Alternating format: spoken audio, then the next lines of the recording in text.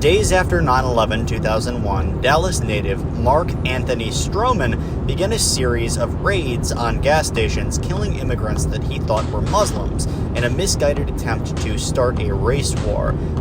Stroman was a drifter and in and out of jail, usually tumbling around Dallas. On 9/11, he was out on bail for a gun charge, but began making hit-and-run style plans in the days immediately following the towers.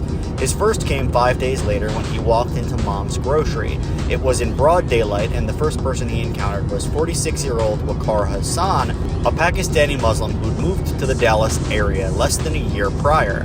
Without exchanging words or making a scene, Stroman walked up behind Hassan while he was grilling burgers and shot him in the head before fleeing in his car.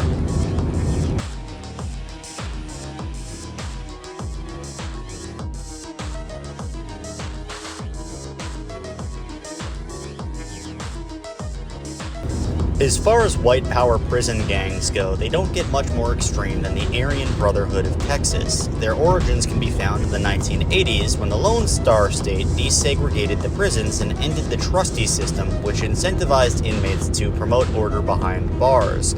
In spite of what their name suggests, they have no real relation to the original Aryan Brotherhood and coalesced around several different Aryan clubs, adopting a very crude white supremacist ideology, not nearly as solid as the Aryan nations.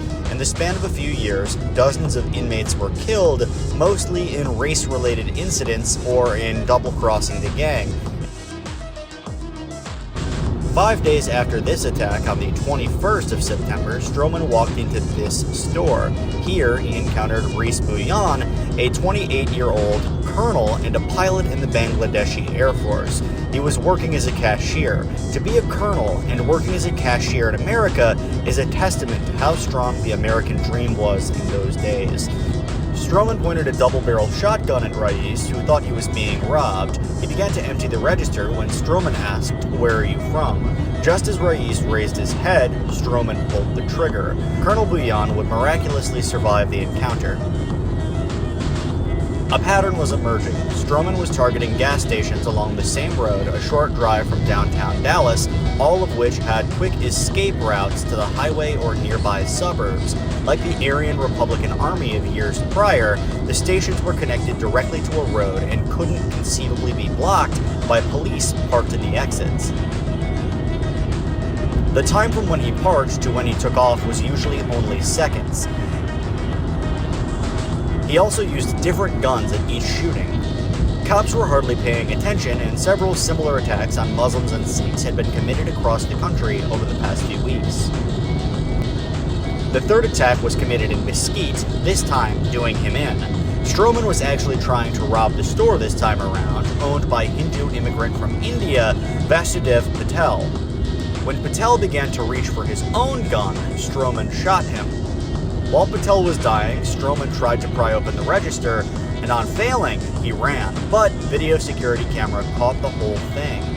When cops arrested him the following day, he bragged he was killing Arabs in retaliation for 9/11.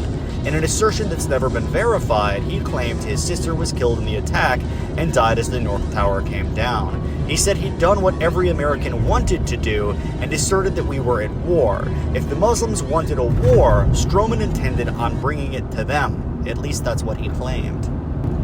And for a long time, Stroman held on to this idea. Colonel Bhuyan had a painful recovery ahead of him, but was outspoken and firmly against the death penalty, saying it conflicted with his Muslim faith and its principles of forgiveness.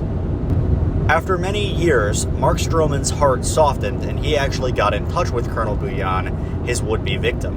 That's when he apologized and finally showed remorse. Before his 2011 execution, he told Bhuyan that his racist views were gone and he thanked him for his compassion. He died just before 9 p.m. on July 20th, 2011. His last words, "A second of hate will cause a lifetime of pain."